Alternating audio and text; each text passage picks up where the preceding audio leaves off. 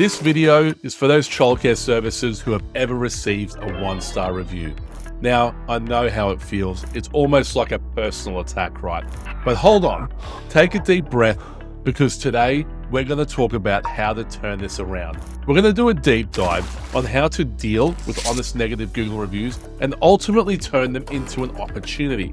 Now, side note, we're going to be tackling how to deal with fake negative reviews on an entirely different video. So please stay tuned for that, because it's a completely different kettle of fish. Now, before we get started, let's understand the impact of reviews on your childcare service. Did you know that 90% of customers will have a peek at reviews before stepping into any kind of business? And a whopping 93% of families check out reviews on Google to judge a local service's quality. And also 72% won't take action until they've read some kind of feedback online. Google reviews often create first impressions for potential families.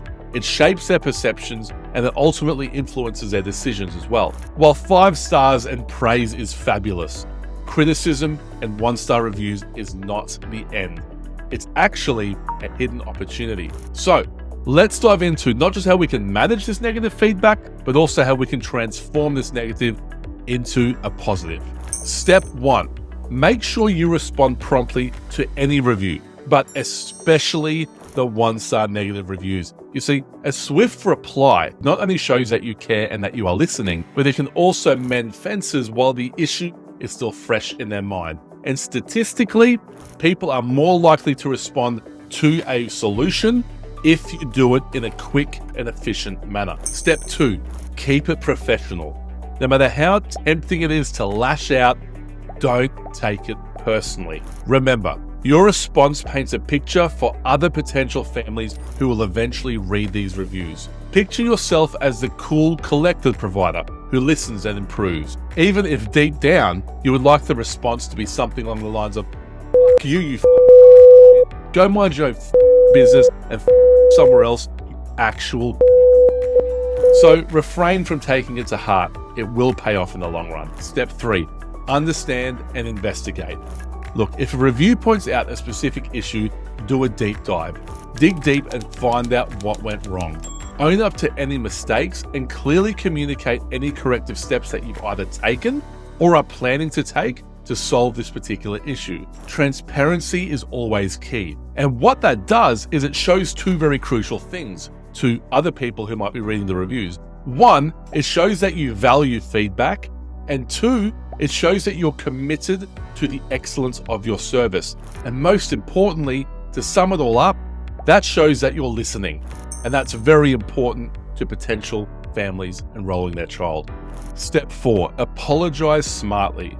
Say sorry when necessary, but don't shoulder blame for unfounded complaints or unnecessary jargon. Focus on what you can fix and improve, and make sure to do it in a manner that shows compassion and empathy for the customer, because this will reflect strongly on other people who read this negative review. Step 5, move it offline. Now, when you've done all of the other steps, at the bottom of your review, make sure to offer to discuss these things further via phone or via email. This shows a few things, but mainly it shows that you're serious about finding a solution, and it ultimately adds that personal touch to your service. Final step, provide a solution and follow up. Whether you're making internal improvements or addressing specific concerns, keep that reviewer in the loop. See, what this could do is it could actually encourage them to update or even delete their negative review. And that is the ultimate outcome. All right, now that we've talked about the steps to take when you get a negative review, I want to talk about how important it is to also encourage positive reviews from satisfied families. You see, proactively managing your online reputation by asking those families to actually share their experiences online doesn't just create, more reviews and ultimately a better rating on Google. It also dilutes those occasional negative reviews that you're going to ultimately get at some point. Another fun fact to back this up, a service with 5 fresh 5-star reviews can boost your contact chances by 270%. So it would be silly not to go out there and try and get some fresh reviews on a consistent basis.